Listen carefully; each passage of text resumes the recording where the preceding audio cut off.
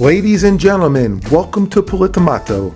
In this edition, I'm going to prove to you that people all over the world are disgusted with the fraud and disrespect coming from immigrants that our governments have allowed to come pouring into our countries.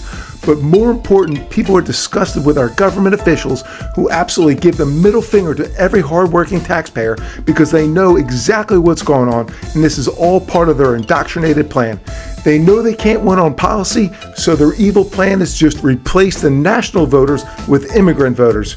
You're going to want to stick around to the end because the last video clip is incredible and from someone that I think we all know and have respect for.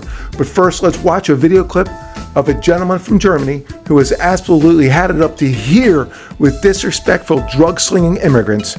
Take a look. What's up? You okay? Fine. Yeah, good. What? I will video whatever I want in my country, okay? You don't tell me.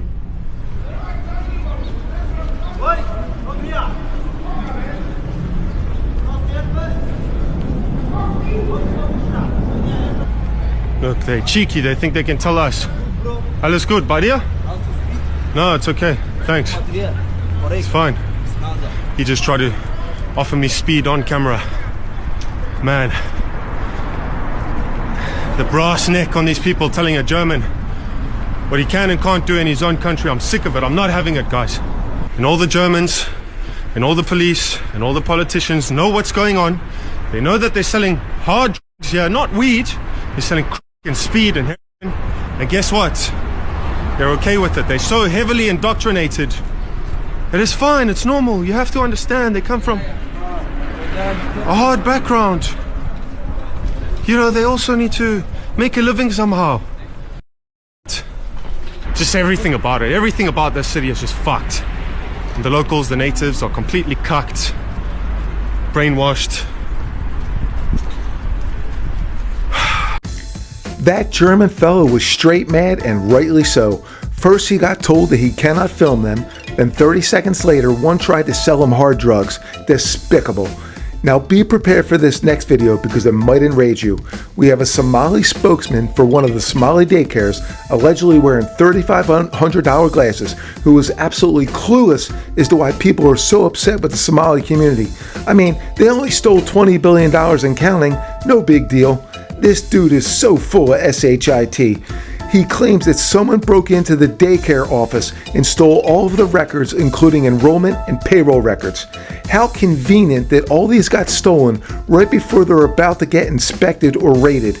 I guess they won't have to prove anything now. Yesterday morning, I was called by the owner because unfortunately someone came in to our daycare. We looked and saw what happened, and we saw that the suspect came in from the back, broke in from the back kitchen, and he also destroyed the wall to come in. As we walked around the daycare, we saw that our office doors was broken into as well. We saw that, unfortunately, there was important documentation, enrollment of the children, and also employee documentation that was gone. There were also checkbooks that were ripped from our check papers that were ripped from our book. This is devastating news, and we don't know why this is targeting our Somali community, as one video made by a specific individual made this all happen. We've been receiving hateful messages through our voice notes threatening us since the past couple of days, including one that happened yesterday morning when after the break-in. This is frightening and exhausting because this is happening to us Somali communities as Somali-Americans. We are supposed to stand with each other and help each other through everything that's happening. This is also sad that a video can cause all of this. I want to say that there are hundreds of daycares out there, Somali daycares that are out there, and we all help our children and everyone in our community. We have high quality daycares, and this is very sad news that one individual who made a false claim about fraud that is happening in the daycares engaged everyone else to come and do this to us. You know, the only thing worse than thieves are liars. Here's another clip of a Somali woman during a speech accidentally letting it slip that they've committed fraud. Look at the fear on this woman's face when she realizes what she just said. And who knows, she might even get beaten to death for this mistake. Look at the size of the gold ring on her finger. Does this look like someone who can't afford daycare? If childcare is cut, I'm unable to work or go to school. I understand fraud is bad.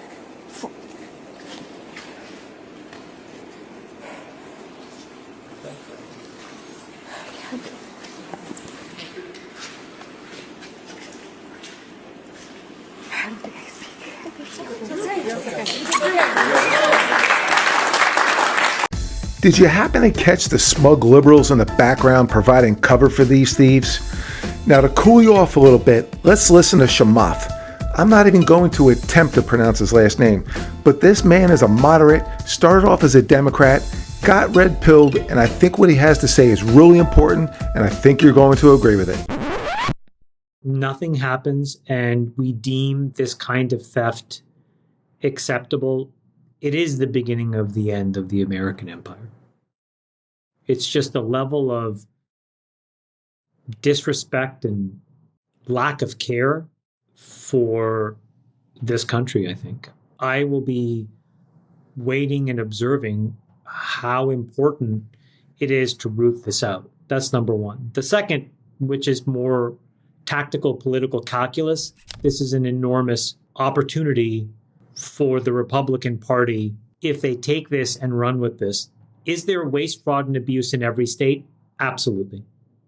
I don't think this is endemically a Democratic problem. But the scale of it is so gargantuan in these Democratic states that if the Republicans don't take advantage of it, I think it is a huge political miscalculation. So there is this tactical opportunity, which I think if you want to have a chance in the midterms, and if you generally want to have a chance to level set the country, you must take this and run with it. And then separately, if, as Friedberg says, it does die on the vine, it is the beginning of the end of the American empire, unfortunately. I believe everything Shamath just said is 100% correct. If we deem this kind of theft acceptable, it truly will be the end of the American empire. Now, this next clip is the clip we've all been waiting for. One of my favorite patriots, Vinny from the PBS podcast. He goes by the name The Angry Patriot, and you're about to see exactly why he has this nickname. Most Americans are kind of just like, I'm not going to believe it until I see it. Well, in the past 2 years, $35 million of the money that was frauded out from those daycares in Minnesota, in the past 2 years was given to political contributions, and Rob has it right there. And this, guys, this is such on a deep level. Like, if you guys ever think everything's happening in Minnesota, all these problems are Minnesota, and me and Tom were talking about it while we were in Aspen. I was like, wait a minute, why of all people did they pick Tim Walz? Why have nobody in here ever heard of Tim Walz? And then all of a sudden, Kamala's running, and it's like, wait a minute. Maybe they were going to funnel all that money, bring his, tampon in the bathroom, loving ass, put him in, and then have all that money funnel in there. But then I thought about this. There's another, I want to ask you guys. You can't blame the Somali. I don't blame them. They're coming from a third world country. Piracy and all that stuff is happening on the freaking waters. What? They are incentivized to come here. The Democratic Party is like, hey, come here, border wide open. If the government tries to put barbed wire, we're going to send in and we're going to pick it up. Bring your asses in here. Vote for us. No IDs. Scam, but just keep the money coming back. You can wear $2,800 glasses and you can wear a freaking Hope Diamond on your finger. Everything leads back to the Democrats. And I get what Stephen was saying about affordability and all that, but guess what? This is a $18 trillion problem. And you know what I read, Pat? And this is what I'm getting sick and tired of, is this. It's just our lip service at Americans. How much more do we need to see? And do we have to, till we say enough is enough? I mean, collectively, we're the dominant force. In the Declaration of Independence, it says this: when the government gets tyrannical and starts acting up, whenever any form of government becomes destructive of those ends, it is the right and the obligation, not guess, of the people to alter or abolish it and to institute a new government. At what point We're just sitting here. They're stealing billions. They're opening the border. Our young kids are getting raped. They're getting murdered. Crime is up. And all we do is bark, bark, bark, bark, bark, and they're going to put in another. Gavin Newsom is the front runner for presidency. Are we? And they're going to do the same thing. And I'll bet anybody in here $100,000. His first order of business, open the border. Open the border, and the same problems are going to keep coming. Okay, so it's up to us, Pat. It's the American people. We have to just say, guys, no. You know, stand together and just say, we're not going to pay taxes for a freaking month. We're not doing shit. We're going to sit here and do this. Let me future looks bright under my feet. After seeing that video clip, I'm sure you understand why I have so much respect and admiration for Vinny.